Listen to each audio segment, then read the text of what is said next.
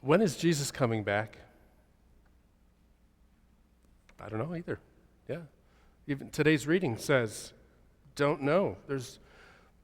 Some people have guessed that maybe there's some way to predict Jesus is coming soon, but people have been saying that since Jesus left and hadn't been back yet.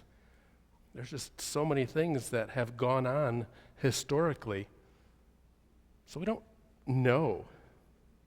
Of course, there are the books, all kinds of ends of the world books and apocalyptic thrillers and everything, and if the books are being written, that must mean that Jesus is coming back soon, except we don't know.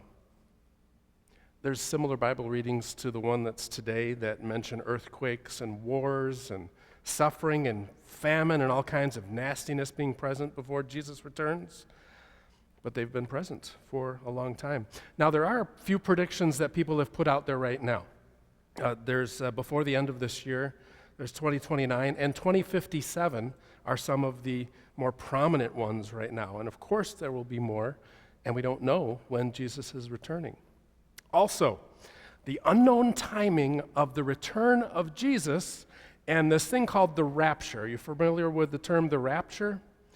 They're not the same thing, and the return of Jesus is a biblical thing, and the rapture isn't. There are verses in the Bible, including this reading today, that people have taken and said that's about the rapture, but they're not. As a matter of fact, in the Matthew reading, when it says one will be taken and the other left, the context there and the people who were reading it or hearing it originally would think, I don't want to be the one that's taken, because to be taken was bad and to be left was good.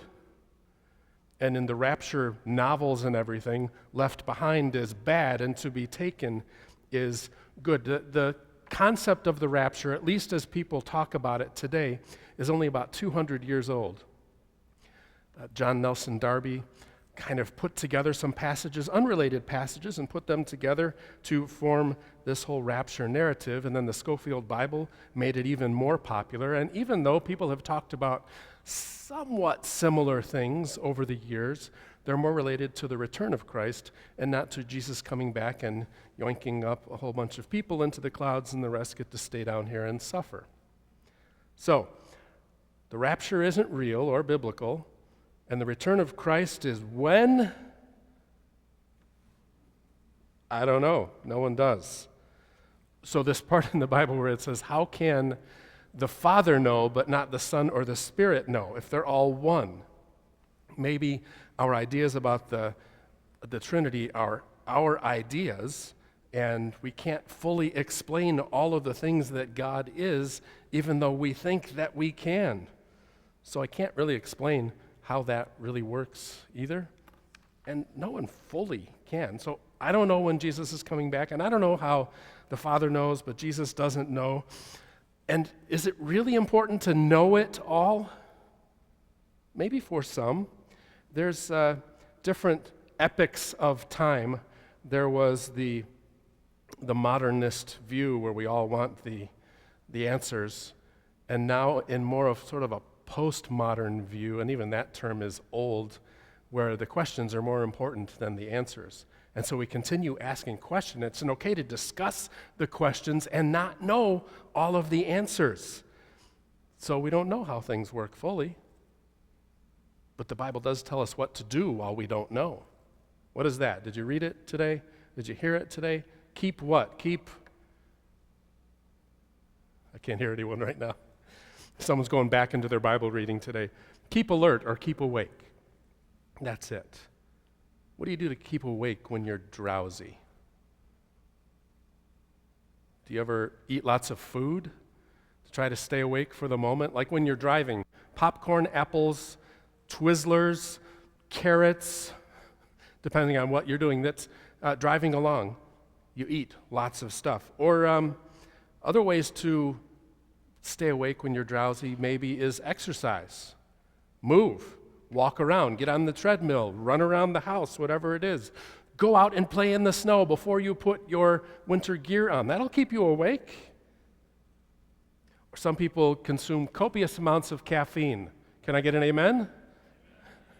And some people consume less caffeine. just some caffeine. Some people take a shower to stay awake. Or here's one of my favorites, especially when it's cold like today and the wind is blowing and the snow is swirling. You drive down with the heat fully on in the car and the windows rolled down. So you've got the cold and the hot, and you can do the opposite in the summertime. You can have the cold going on and the windows rolled down and the hot air blowing in there. That will keep you awake. So those are some possible things that people do just in general to keep awake. So let me translate now to Bible-y stuff. Eat. Read the Bible. And read books that make you think. That's a way to keep awake, wondering when Christ is going to return. Exercise is pray and action. We become people of justice and of love. There's some exercise.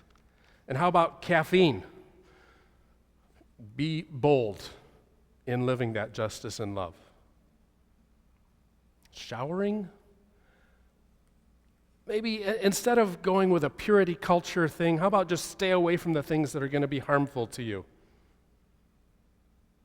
And the car window thing is my favorite because it is part of our life as Christians. It is part of our life as Peace Memorial Church. We step out of our comfort zone to tell someone about our experience, to live out our faith even when it's not easy. So the car window thing, step out of your comfort zone. So we keep awake by doing the things that Jesus wants us to do. We love God, we love everyone else, and we attend to one another. I've used that term before. Attend to one another is different than care for one another or invite or welcome. Attend to one another is a side-by-side, where you're a companion as opposed to a person with some sort of perceived power. I will help you because you are weak. It is recognizing the gifts in everyone and attending to one another, caring for one another in whatever that need may be, knowing full well that I can't do everything, you can't do everything, but we can attend to one another.